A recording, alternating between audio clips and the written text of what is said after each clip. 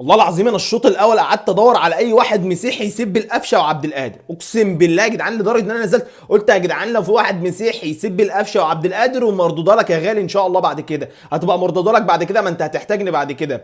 اللي قدموه في الملعب يا جدعان كان عندهم استعداد، لو كانوا كملوا الشوط الثاني كمان قسما بالله كانوا ضيعوا صيام مش الشهر ده بس، لا ده ضيعوا صيام 20 رمضان عدوا علينا والله العظيم بالاداء اللي هم بيلعبوه. واحد مطبق على مهارات رونالدينيو ونازل يتفزلك في الملعب، والتاني ما هوش شايف قدامه حرفيا. قفشه مش شايف الكوره، قفشه بيجي له الكوره في نص الملعب بيستلم الكوره ما بيلحقش، يا دوبك هو مش عايز يستلمها خايف تقريبا ما تعرفش في ايه، يا دوبك هي الكوره جات له اهوت بيحطها للي جاي قدامه لوحده في نص الملعب، ما بيفكرش انه يستلم الكوره ويلف حوالين نفسه ويرفع عينه للمرمى اللي قدام علشان يبدا ان هو يطلع الكوره. والمفروض ان هو ده البلاي ميكر بتاعنا، البلاي ميكر بتاعنا بيستلم الكوره بيرجعها لورا. اقسم بالله يا جدعان لو كانوا كملوا اكتر من كده في الملعب لكنا ضيعنا عليهم الصيام. ما مش ممكن يا جدعان على اللي شفته، مش ممكن على القرف اللي بيقدموه في الملعب. دول ما بيقدموش كوره، دول بيقدموا صنان كروي بمعنى الكلمه، بلاش اقول كلام ملوش لازمه، بس هم حرفيا قرف في الملعب في الماتش ده. لكن ده طبعا ما يمنعش يا زول ان انت دخلت استاد القاهره علشان تتروق.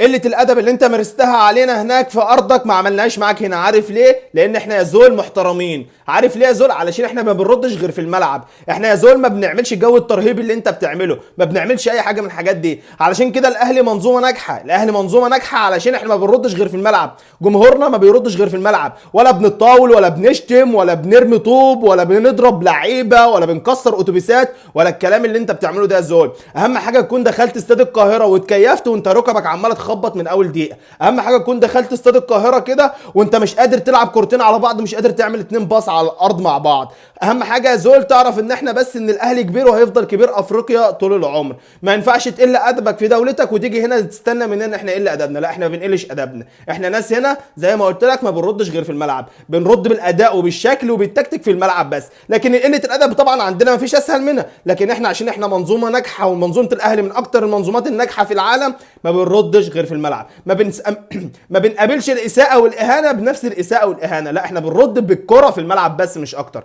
وده كان ملخص سريع للي حصل النهارده في المباراه. مش هنتكلم على تكتيك ولا هنتكلم على اي حاجه، اهم حاجه ان احنا خدنا الثلاثه بونت واهم حاجه ان احنا صعدنا.